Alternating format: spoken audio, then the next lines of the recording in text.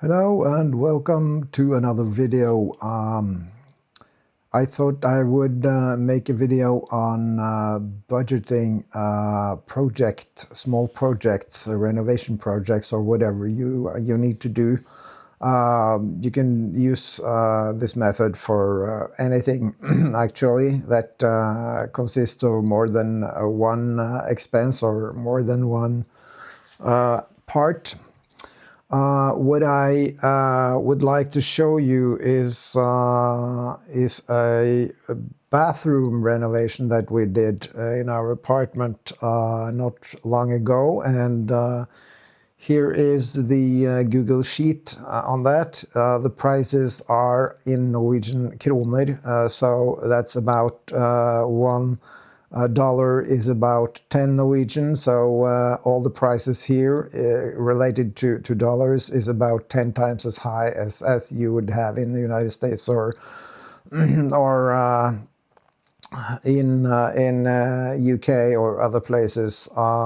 So like I said, this is Norwegian kroner. So what I would like to do first is show you how this spreadsheet is put together.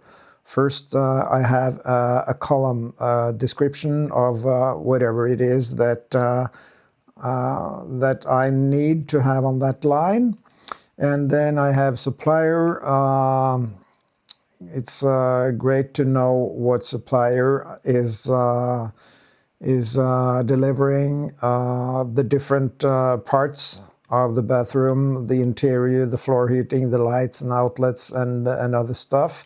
Amount, that is the amount, one package of lights and outlets, that's all together. Plumbing, one plumbing job, here downlights, 3 downlights. And the units, of course, square meters is what we use in Norway, and everything else is mainly in pieces, number of pieces. And then I have some columns here. I have put up 3 columns. That's the minimum price, medium price, and maximum price that I'm willing to pay. Now, when you do your research, you go online and you find normal prices for the different stuff that you need. For example, bathroom furniture from IKEA. I was willing to pay $5,000 minimum, no, or 5,000 Norwegian kroner. I mean, not dollars, $500 approximately. And the medium price I was willing to pay is $750 or 7,500 Norwegian. And the maximum price that I'm willing to pay is 10,000 Norwegian or $1,000. And I am going to be able to scroll this spreadsheet. I will freeze everything. Freeze rows, freeze columns, freeze 2 columns. Then we can scroll this part of the spreadsheet, and then we will still see what's going on here. I'll just remove my image so that you can see everything. The way this spreadsheet is put together is the minimum price is just a number, and medium price and maximum price is also just a number. And the minimum price column is C5 multiplied by E5. That means it's the amount, C5, that's this cell, multiplied by E5, that's the minimum price. So 1 times 5,000 is 5,000. And the medium price is, of course, C5 times F5. It's the amount, C5 times the medium price, which is this column, and that's 7,500. And if we continue, here we have the maximum price, which is, of course, C5, the number of pieces, times the maximum price, which is 10,000. And then I have a column. I don't use these numbers for anything other than selecting what I'm willing to pay for the different parts of the budget.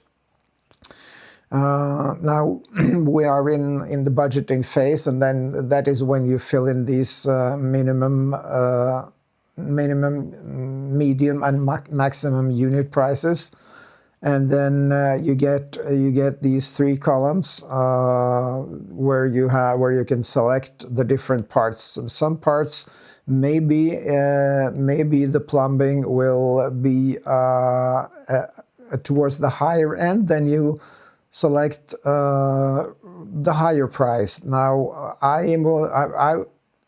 I did some plumbing work, some more than just the plumbing job relating to the bathroom, so I added a little bit there. Like the shower set, I had three different prices on, and I got it a little cheaper, so I saved a little bit of money. And that's the budgeting part of this. When you select the product that you want to use, you find something that's inside of your budgeted number, and you select one of them. Then you put up the price in our price column. And when you this is the tiling on the wall and floor we had, and putty and leveling the floor and membrane, and some silicone also. So this is a job that we had a contractor do, which is our budget, and it came in pretty much exactly on budget. So this is what I really paid. When we go down here to the bottom, you'll see that I have price minimum column is summarized here. This is sum of H3 to H32, that is this column. Price medium is summarized down here. That's the medium price. And the maximum price is down here. Now this is only for the stuff that we did budgeting on initially. The rest of this stuff we found out we just go out and buy it, and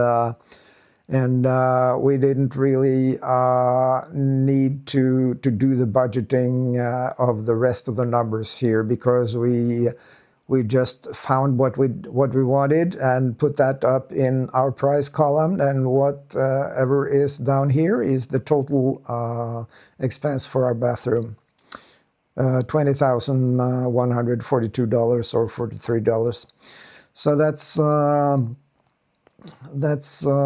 sum of this our price column, and what we paid is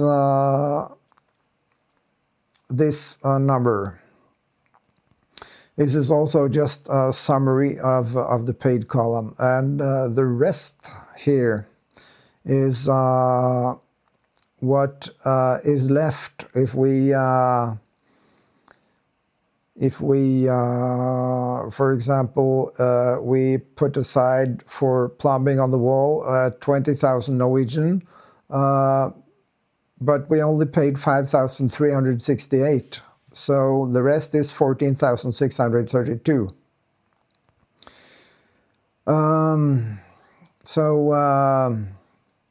Here we paid, we set aside 1,500, but we had to pay 2,000 because there was some doorknobs and stuff that we also needed. So that's minus 500. Anyway, we are 20,000 Norwegian in plus for this column. So, of course, some of this were paid by credit card, and if I bought floor heating on credit card, I just put credit card here. So then I know that that this amount is due to be paid. It's not paid yet. And when I paid the credit card and everything is up and done, I said I just put bought and paid. So this is the way that I like to do things when I'm budgeting. For example, some small projects around the house and bathroom renovations, a new kitchen. I have one for the kitchen also. We have a new kitchen in our apartment, and I think this is a great way to show the people that are going to decide with you. If you're more than one person who are deciding, you can put up the sums here, and this column will of course be blank initially.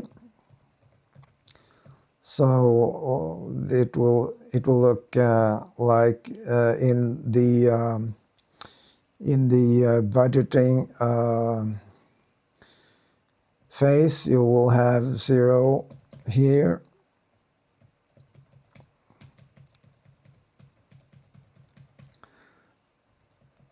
So it will look like this.